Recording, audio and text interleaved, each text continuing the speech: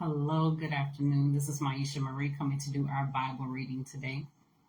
Happy Friday. We're going to be reading today Exodus chapter 14 from the New Living Translation, and we're going to go ahead and get started. Who's got some big names? Then the Lord gave these instructions to Moses. Order the Israelites to turn back and camp by Pi-Hahiroth, between Migdal and the sea. Camp there along the shore across from Baal Zephon. Then Pharaoh will think, the Israelites are confused. They are trapped in the wilderness. And once again, I will harden Pharaoh's heart, and he will chase after you.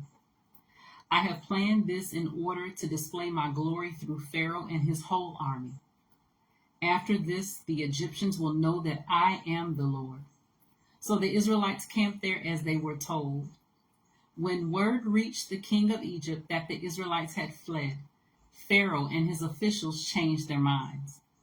What have we done? Letting all those Israelite slaves get away? They asked. So Pharaoh harnessed his chariot and called up his troops.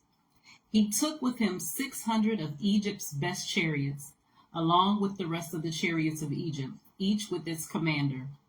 The Lord hardened the heart of Pharaoh, the king of Egypt, so he chased after the people of Israel, who had left with fists raised in defiance. The Egyptians chased after them with all the forces in Pharaoh's army, all his horses and chariots, his charioteers, and his troops. The Egyptians caught up with the people of Israel as they were camped beside the shore near Pi-Hahiroth. Sorry, I got the door open. Hopefully they'll turn it off.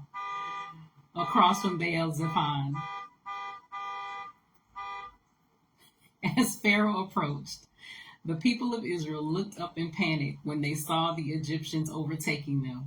They cried out to the Lord, and they said to Moses, "Why did you bring us out here to die in the wilderness? Weren't there enough graves for us in Egypt? Why have you done this to us? Why did you make us leave Egypt? Didn't we tell you this would happen while we were still in Egypt? We said, leave us alone. Let us be slaves to the Egyptians. It's better to be a slave in Egypt than a corpse in the wilderness." But Moses told the people, "Don't be afraid. Just stand still and watch the Lord rescue you today. The Egyptians you see today, you will never see them again. The Lord himself will fight for you. Just stay calm." Then the Lord said to Moses, "Why are you crying out to me? Tell the people to get moving. Pick up your staff and raise your hand over the sea. Divide the water so the Israelites can walk through the middle of the sea on dry ground. And I will harden the hearts of the Egyptians, and they will charge in after the Israelites. My great glory will be displayed through Pharaoh and his troops, his chariots, and his charioteers. When my glory is displayed through them, all Egypt will see my glory and know that I am the Lord." Then the angel of God, who had been leading the people of Israel, moved to the rear of the camp. The pillar of cloud also moved from the front and stood behind them. The cloud settled between the Egyptian and Israelite camps.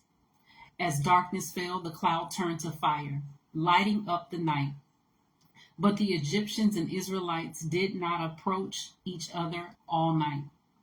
Then Moses raised his hand over the sea, and the Lord opened up a path through the water with a strong east wind. The wind blew all that night, turning the seabed into dry land. So the people of Israel walked through the middle of the sea on dry ground, with walls of water on each side. Then the Egyptians, all of Pharaoh's horses, chariots, and charioteers, chased them into the middle of the sea. But just before dawn, the Lord looked down on the Egyptian army from the pillar of fire and cloud, and he threw their forces into total confusion. He twisted their chariot wheels, making their chariots difficult to drive. "Let's get out of here, away from these Israelites," the Egyptians shouted. "The Lord is fighting for them against Egypt." When all the Israelites had reached the other side, the Lord said to Moses, "Raise your hand over the sea again. Then the water will rush back and cover the Egyptians and their chariots and charioteers." So as the sun began to rise, Moses raised his hand over the sea, and the water rushed back into its usual place. The Egyptians tried to escape, but the Lord swept them into the sea. Then the waters returned and covered all the chariots and charioteers, the entire army of Pharaoh. Of all the Egyptians who had chased the Israelites into the sea, not a single one survived. But the people of Israel had walked through the middle of the sea on dry ground, as the waters stood up like a wall on both sides. That is how the Lord rescued Israel from the hand of Egyptians that day. And the Israelites saw the bodies of the Egyptians washed up on the seashore. When the people of Israel saw the mighty power that the Lord had unleashed against the Egyptians, they were filled with awe before him.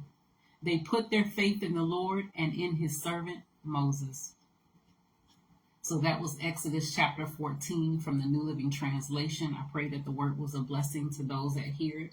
I pray that you continue to search the scriptures daily to see what is true, like the Bereans do, and continue to draw near to the Lord and allow the Holy Spirit to illuminate and give you revelation of who he is, his word, and his character. You guys take care and God bless.